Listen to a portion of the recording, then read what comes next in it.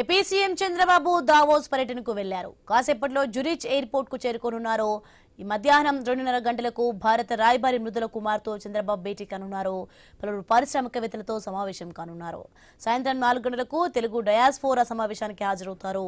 రేపు దావోస్ ఆర్థిక సదస్సులో సీఎం చంద్రబాబు పాల్గొనున్నారు. అప్పటికే మంత్రి నారా లోకేష్ జూరిచ్ కు చేరుకున్నారు. అక్కడ ఎయిర్పోర్ట్లో ప్రవాసాంధ్రులు ఘన స్వాగతం పలికారు.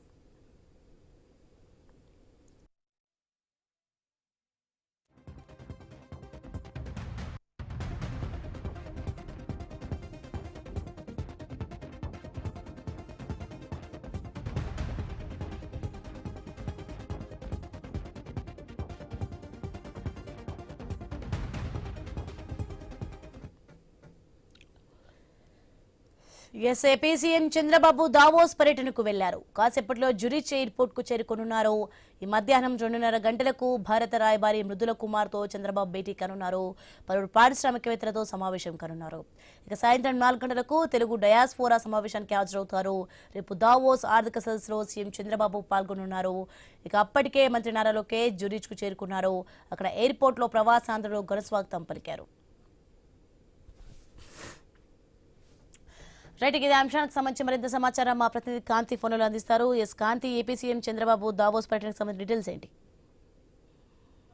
ఆంధ్రప్రదేశ్ కు పెట్టుబడులు ఆకర్షించడమే లక్ష్యంగా సీఎం చంద్రబాబు నాయుడు దావోస్ పర్యటనకు వెళ్లారు.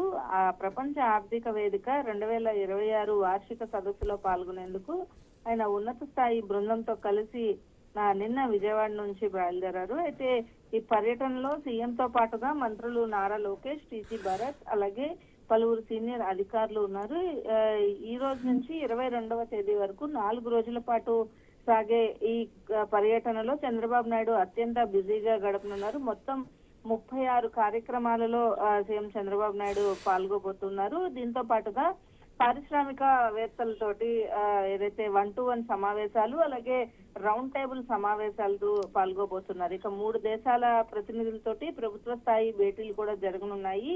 రాష్ట్రంలో గ్రీన్ ఎనర్జీ, ఎలక్ట్రానిక్స్ తయారీ, ఐటీ, ఫార్మా రంగాల్లో ఉన్న అవకాశాలను ప్రపంచానికి వివరించి పెట్టుబడులు ఆకర్షించడం పర్యటన ముఖ్య ఉద్దేశంగా ప్రభుత్వం చెప్తోంది. ఇక పర్యటనలో భాగంగా CM Chandrababu Naidu IBM CEO Arvind Krishna, అలాగే Google Cloud CEO Thomas Kurian, అలాగే ఎన్విడియా వైస్ ప్రెసిడెంట్ తో పాటుగా మిగిలిన వారందరితో కూడా మిగిలిన పారిశ్రామికవేత్తలు, ఆర్థిక పర్యాటక శాఖ మంత్రి అబ్దుల్లా బిన్ తౌక్ ఆల్ తో కూడా భేటీ కాబోతున్నారు. అలాగే ప్రపంచ వేదిక పైన రాష్ట్రానికి ఒక ప్రత్యేక గుర్తింపు తెచ్చేందుకు దావోస్ లో వరుసగా 2వ ఏడాది కూడా ఏపీ లాంజ్ పేరుతో ఒక ప్రత్యేక పెవిలియన్ ను ఏర్పాటు చేయడం జరిగింది. ఇక దావోస్ కి వెళ్లే దాంట్లో జూరిచ్ లో 20 దేశాల నుంచి వచ్చే ప్రవాస ఆంధ్రులతో నిర్వహించే కార్యక్రమంలో కూడా సీఎం చంద్రబాబు నాయుడు పాల్గొంటారు. జనవరి 23వ తేదీన సీఎం బృందం ఏదైతే ఉందో తిరిగి హైదరాబాద్ కి